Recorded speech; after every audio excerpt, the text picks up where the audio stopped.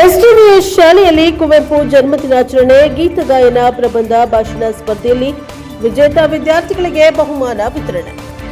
ಚಾಮರಾಜನಗರದಲ್ಲಿ ಕುವೆಂಪು ಜನ್ಮದಿನ ಆಚರಣೆ ಅಂಗವಾಗಿ ಯಳಂದೂರು ಎಸ್ಟಿವಿಎಸ್ ಶಾಲೆಯಲ್ಲಿ ಸಾಹಿತ್ಯ ಕುಟೀರದ ವತಿಯಿಂದ ನಡೆದ ಗೀತ ಗಾಯನ ಹಾಗೂ ಪ್ರಬಂಧ ಭಾಷಣ ಸ್ಪರ್ಧೆಯಲ್ಲಿ ವಿಜೇತ ವಿದ್ಯಾರ್ಥಿಗಳಿಗೆ ಬಹುಮಾನ ವಿತರಿಸಲಾಯಿತು. ಬಹುಮಾನ ವಿತರಿಸಿದ ಕನ್ನಡ ಸಾಹಿತ್ಯ ಪರಿಷತ್ತು ಜಿಲ್ಲಾಧ್ಯಕ್ಷ ಶೈಲೇಶ ಕುಮಾರ ಮಾತನಾಡಿದರು.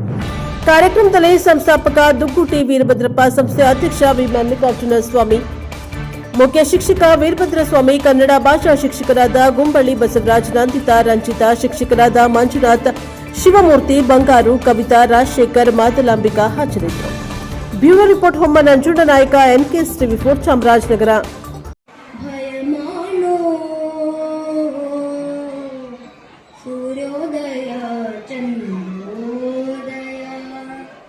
ದೇವರ ದಯ ಕಾಣೋ ಆನಂದಮಯ ಜಗಹೃದಯ. ಬಿಸಿಲಿದು ಬಾರಿ ಬಿಸಿಲಲ್ಲವೋ, ಸೂರ್ಯನ ಕೃಪೆ ಕಾಣೋ. ಸೂರ್ಯನು ಬಾರಿ ರವಿಯಲ್ಲವೋ, ಬಿಸಿಲಿದು ಬಾರಿ ಬಿಸಿಲಲ್ಲ.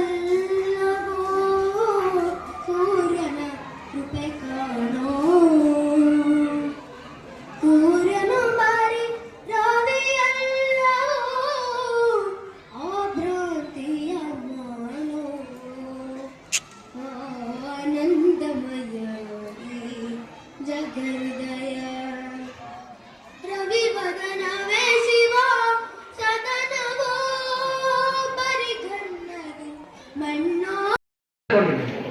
ಎಷ್ಟು ಚಂದನ ಹಾಡುಗಳನ್ನು ಹಾಡಿದ್ರು, ಎಷ್ಟು ಚೆನ್ನಾಗಿ ಕುವೆಂಪು ಬಗ್ಗೆ ಹೇಳಿದ್ರು.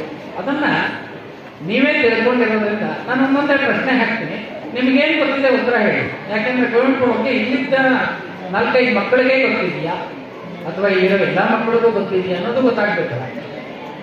ಹಾಗಾಗಿ ಕುವೆಂಪು ಹುಟ್ಟಿದ ದಿನಾಂಕ ಎಷ್ಟು ಜನಕ್ಕೆ ಗೊತ್ತು?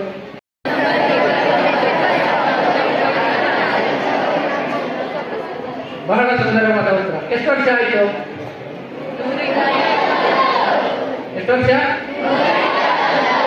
121 ವರ್ಷ ತುಂಬಿತು. 122ನೇದು ಪ್ರಾರಂಭ ಆಗ್ತಾ ಇದೆ. ಅವರ ಊರು